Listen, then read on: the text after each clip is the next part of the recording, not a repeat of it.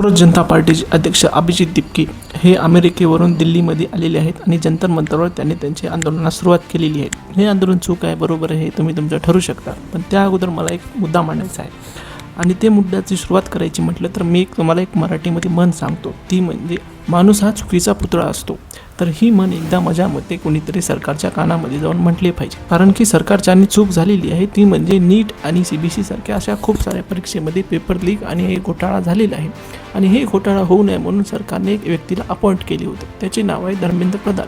तर धर्मेंद्र प्रधानने त्यांची ड्युटी बरोबर करता आली नाही किंवा त्याच्याच्यानी चूक झाली आणि हे घोटाळे झाले आणि ही चूक एक्सेप्ट करून सरकारने धर्मेंद्र प्रधान यांचा राजीनामा घ्यावा आणि त्या जागी एक चांगला मिनिस्टर देशाला द्यावा जो की शिक्षण क्षेत्रामध्ये क्रांती घडू शकतो किंवा शिक्षण क्षेत्रामध्ये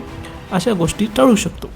आणि विद्यार्थ्यांना आंदोलन करण्याची अशी सरकारने वेळ आणू नये। पहिलंच देशामध्ये खूप बेरोजगारी आहे, जे तरुण चांगले आहेत ते देश सोडून जात आहेत, एवढी स्पर्धा वाढली आहे, त्यामध्ये असे आंदोलन म्हटल्यावर काय देश पुढे जाणार आहे। पहिलंच पेट्रोल डिझेलचे भाव वाढलेले आहेत, सर्व वाढलेले, इराण अमेरिका वॉर चालू आहे, सर्व देशामध्ये इथं मंदीचे दिवस आलेले आहेत आणि हे सर्व आंदोलन चालू आहे आणि सांगण्याचं तात्पर्य एवढंच की चूक झाली, एक्सेप्ट करा, पुढे निघा आणि तुम्ही तुमचे मतसुद्धा कमेंटमध्ये सांगू शकता। धन्यवाद।